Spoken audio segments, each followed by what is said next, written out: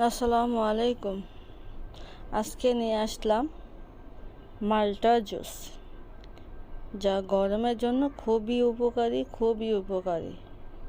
আপনার এই গরমের মধ্যে যদি মাল্টা জুসটা খান, তাহলে আপনার শরীরের জন্য অনেক ক্ষতিকর ব্যাকটেরিয়া দূর করবে এবং শরীরটা চাঙ্গা করে ফেলবে।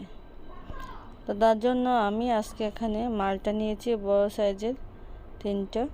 তারপর এটার খোসাটা আমি ছাড়িয়ে নিয়েছি, যেভাবে আমরা জাম্বুরার খোসা ছাড়া ঠিক এইভাবে আমি ছাড়িয়ে নিয়েছি খুব সহজ করে। তারপর কেটে ছোট ছোট টুকরা করে যে বিচিগুলো ছিল যে ভিতরে, সেটা আমি ফেলে দিয়েছি। যেহেতু আমি ব্লান্ড করব ব্লান্ডারে, সেজন্য বিচিটা ফেলে দিয়েছি। বিচিটা কিন্তু দেওয়া যাবে না, এভাবে ছোট ছোট টুকরা করে নেবেন। তারপর আমি একটা ব্লান্ডার জারে দিয়ে দিলাম মালটার টুকরাগুলো। এর মধ্যে এখন আমি কিছু উপকরণ অ্যাড করব। এখানে দিচ্ছি লেবুর রস 2 টেবিল চামচ পরিমাণ,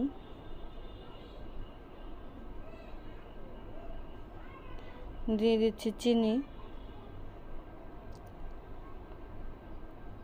5 চা চামচ চিনি দিয়েছি।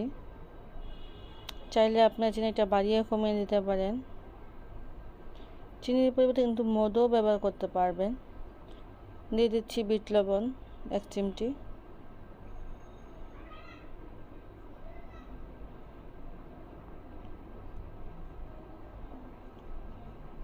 আর দিয়ে দিব ঠান্ডা পানি। আমি ফ্রিজে ঠান্ডা পানি অ্যাড করতেছি, যেহেতু ঠান্ডা শরবত তৈরি করব, এই জন্য ঠান্ডা পানি দিয়ে করতেছি।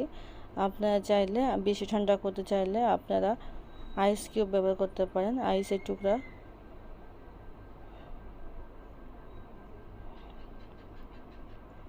তারপর এখন এখানে আমি ব্লান্ডার করে নিয়েছি।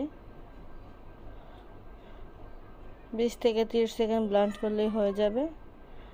ব্লেন্ডার করার পর আমি এটাকে ছেঁকে নিচ্ছি একটা ছাঁকনির সাহায্যে।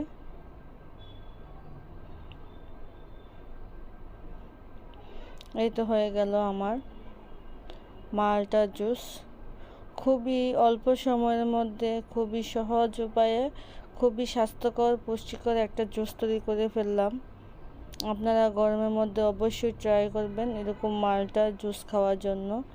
এটাতে কোনো ভেজাল নেই, একদম প্রাকৃতিক উপায়ে তৈরি করা। বাইরে যে বিভিন্ন জুস পাওয়া যায় তাতে কিন্তু প্রচুর পরিমাণে ভেজাল থাকে, কিন্তু এদিক থেকে এটা একদম ফ্রেশ আছে, আপনাদের ক্ষতি করবে না, বরং এই জুসটা আপনাদের অবশ্যই উপকারে লাগবে।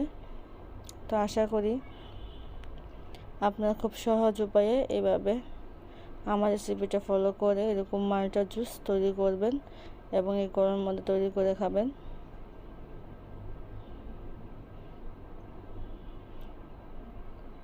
সবাই ভালো থাকবেন, সুস্থ থাকবেন, আর বেশি বেশি পানি পান করবেন গরমের মধ্যে।